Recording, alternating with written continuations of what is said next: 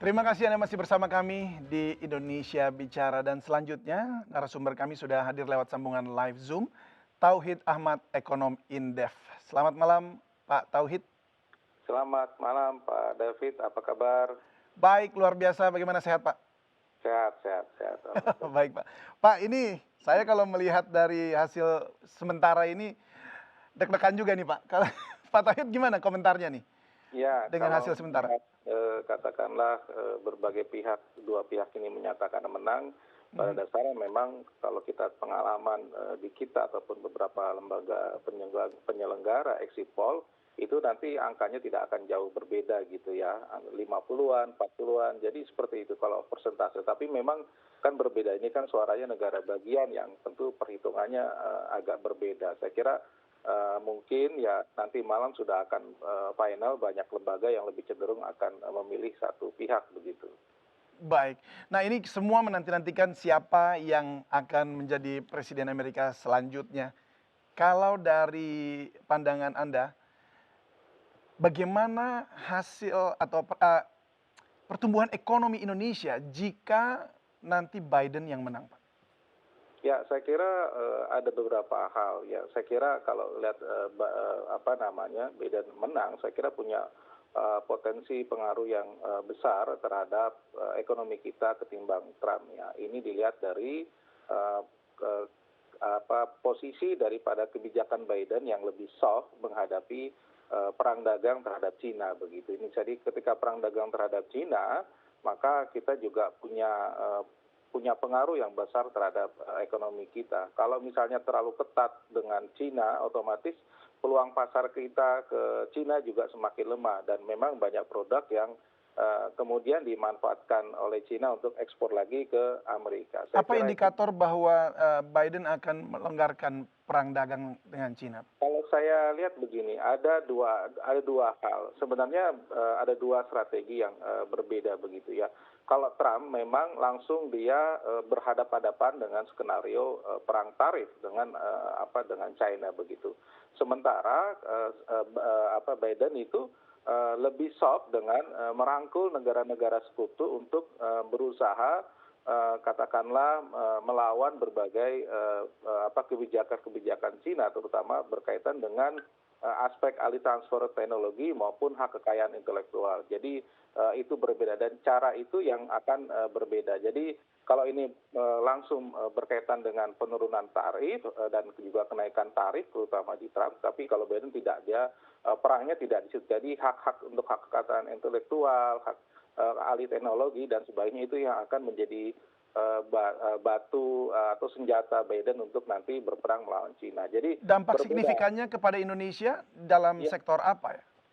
saya kira di sektor pertama memang jalurnya ke jalur perdagangan ya, dan utamanya adalah ke banyak produk industri.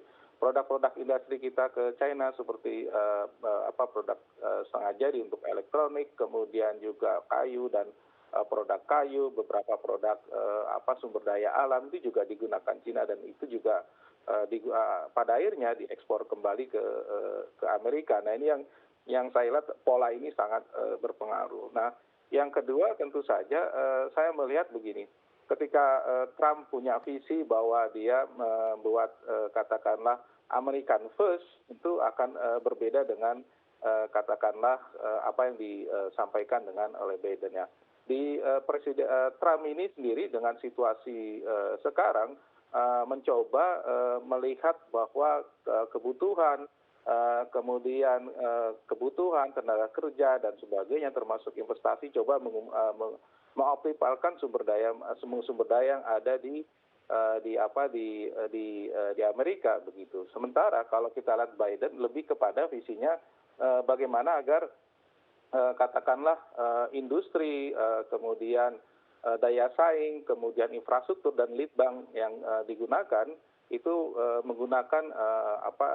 menggunakan sumber daya yang ada di Amerika, tetapi dia bisa berkompromi untuk investasi dari manapun. Nah, ini yang saya kira ada perbedaan meskipun sama-sama bagaimana agar ekonomi domestik ini lebih berkembang lebih baik begitu. Tapi kalau dilihat dari berdasarkan realisasi neraca perdagangan September 2020, kemarin ini, tujuan ekspor non migas kita itu ke Amerika sangat besar loh Pak.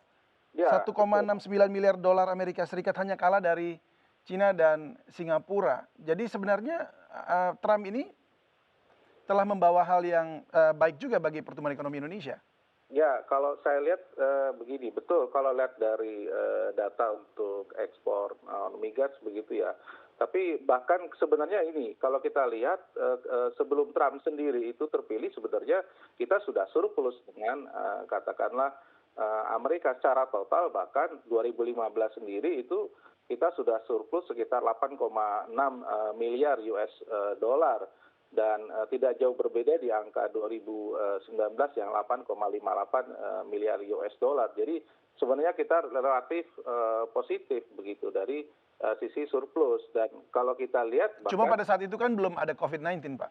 ya betul, kalau COVID-19 saya kira kalau sampai sekarang ya justru kita mengalami memang penurunan impor yang luar biasa. Itu bukan karena katakanlah apa namanya kebijakan polisinya Trump ya, tapi secara khusus memang melemahnya industri-industri kita untuk melakukan impor yang lebih besar. Kalau kita lihat kan dikatakanlah sampai September ini kita bandingkan impor kita dari Amerika itu sudah turun minus 10,38%, sementara ekspornya 2,64. Jadi sebenarnya penurunan lagi kalau kita lihat banyak terkait dengan bahan baku penolong dan untuk kepentingan industri begitu. Jadi saya lihat ini pengaruh signifikansinya nanti begitu. Kalau sekarang saya kira belum terlalu begitu. Yang lagi adalah ya yang kemudian juga begini, di Trump kan memang kebijakannya dengan perdagangan dia menyelidiki ataupun menginvestigasi negara-negara yang masuk dalam skenario divisi terbesar dengan Amerika. Kalau saya lihat prioritasnya, saya kira Indonesia tidak termasuk dari sekitar 12 negara. Terbesar tentu saja terhadap Cina, itu sekitar 419 billion US dollar pada tahun 2018. Terendah itu dengan Taiwan minus 16 billion US dollar.